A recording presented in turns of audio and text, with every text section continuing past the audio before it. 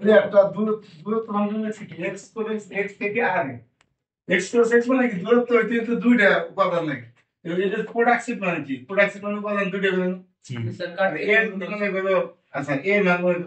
x ধরি a মান ধরি x এর মান মনে করো a b c x এটা x আর এটা হলো cos এটা ছোট তো ji sir product x cos x কি জানেন a a A comma B, a comma b a b A comma C, a comma c আবার আছে B comma A, আলো আছে b comma a b comma b টা এটা জি স্যার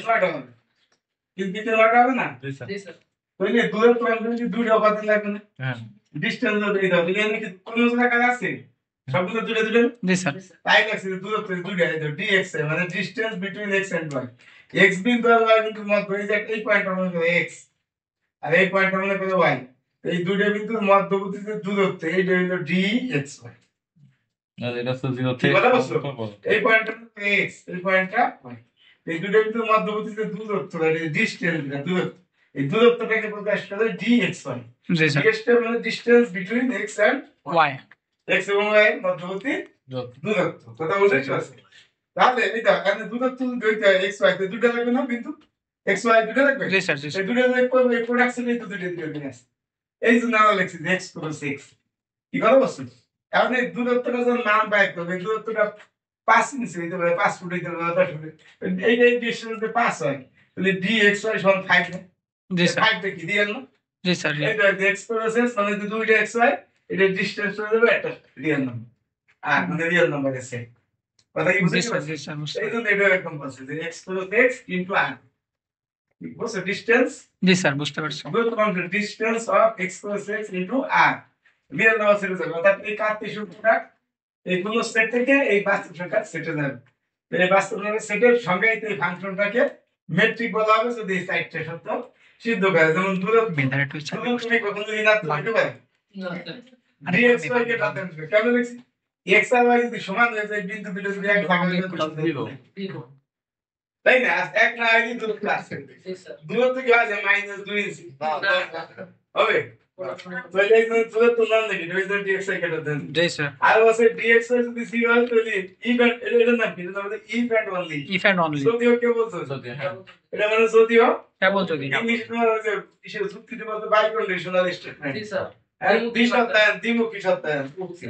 বাই কন্ডিশনাল স্টেটমেন্ট দ্বিমুখী সত্যায়ন উক্তি কি কথা বলতে দিতে সেই চিন্তাটা অর্থাৎ dxy শূন্য হবে যদিও কে বলছে যে x সমান y তাহলে x আর যদি সমান হয় তো মাঝখানে কোনো দূরত্ব থাকবে না স্যার থাকবে না দূরত্ব দিবে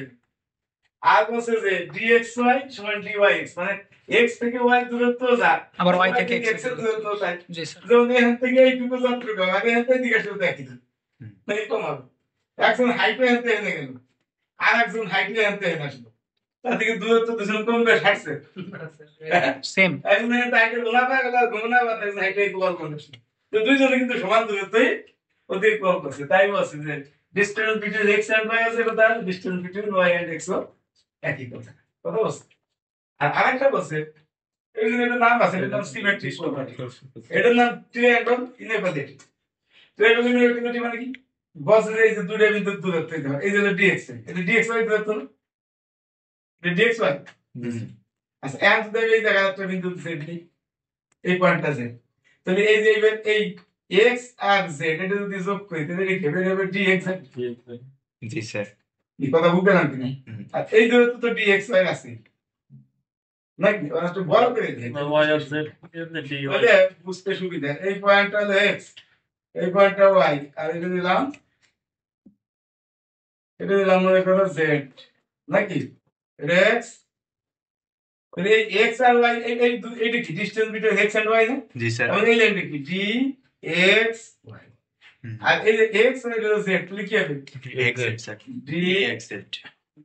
x z বুঝছি আর z y এটা কি হবে d z বুঝছি নাকি বুঝো নাকি আচ্ছা তাহলে তুমি কি জানো জানো যে কি বুঝে যে কোন দুই ভাগ সমষ্টি তৃতীয় ভাগ হবে বৃহত্তর তাহলে এই যে এই দুই ভাগ যদি যোগ করে দিতে হবে dx z is x যোগ z y is z y তাহলে এই দুই ভাগ যদি যোগ করো তো তৃতীয় বাহুটা বৃহত্তর কিন্তু হয়েছে জি এই স্যার। তৃতীয় বাহু তো এটা তাহলে এই বাহু থেকে এই বাহু যোগ করছি এটা তৃতীয় বাহু থেকে বৃহত্তর এই বাহু। বৃহত্তর। তৃতীয় বাহু লেস দেন অপর দুই বাহু সমষ্টি জি স্যার। এই কথা ঠিক আছে কিনা স্যার ইকুয়াল দিলেন কেন স্যার? তাহলে আসতেছে আমরা পেলে তুই করবেন কিন্তু ওটা তো বলছে বৃহত্তর কয়জন আছে সমান নাকি তাহলে ইকুয়াল দিলাম কেন তাই তো এখানে যদি জেড পয়েন্ট এই জায়গা হয় এই জায়গা তো হইতে পারে এবার কি হবে ও, ওই পথের উপরে। এইবার কি হবে কও? এবার তো সমান হবে। এইবার এই দাও এন্ড জেড যদি এই রেখার উপরে হয় তাহলে এইটুকু হলো ডি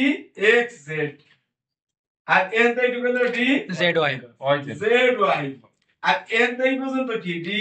এক্স ওয়াই এবার ডি এক্স না এন এই পর্যন্ত না আমরা এন এইটু যোগ এন এইটু এইবার কি সমান হবে নাকি কি এটা সমান হবে স্যার। এইবার বস্তু তুলি সেটা একটা আছে কি বস্তু এইবার এই নামটা নিয়ে করতাম যে সমান কেন দিছি সমান দিছে যখন এই রেখার উপরস্থ বিন্দু হবে তখন হবে সমান